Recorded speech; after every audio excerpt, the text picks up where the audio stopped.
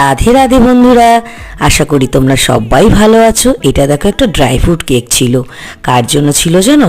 আমার বাবার জন্মদিন ছিল। যেহেতু বাবা ক্রিম কেক পছন্দ করে না, তাই ড্রাই ফ্রুট কেকটাই বানানো হয়েছিল।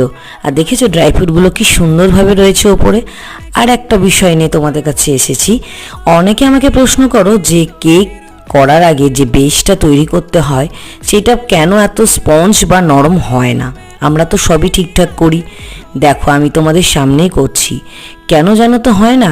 তোমরা আগে ডিমটাকে প্রচণ্ডভাবে ফর্ম করে নেবে, তারপর আইসিং সুগার বা চিনিটাকে তার সাথে সুন্দর করে মেল্ট করবে, তারপর আস্তে আস্তে যা যা উপকরণ আছে সব কিছুই তোমরা পরপর দেবে।